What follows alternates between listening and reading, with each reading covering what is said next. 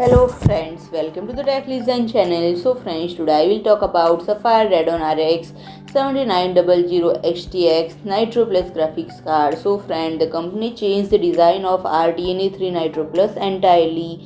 And friend, the new NITRO Plus is a sleek and modern looking with silver shroud and backplate.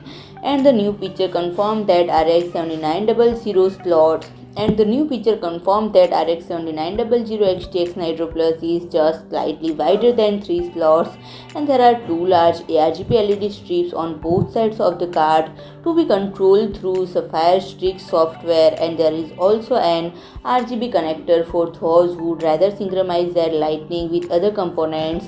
Furthermore, Sapphire RX 7900 XTX will feature dual BIOS switch just as it did for NITRO and NITRO Pure series, and the NITRO Plus is equipped with 3 8-pin power connectors and non-reference I/O configuration, and there is no USB Type-C port like on AMD MBA cards, but there are two DisplayPort 2.1 and two HDMI 2.1 ports.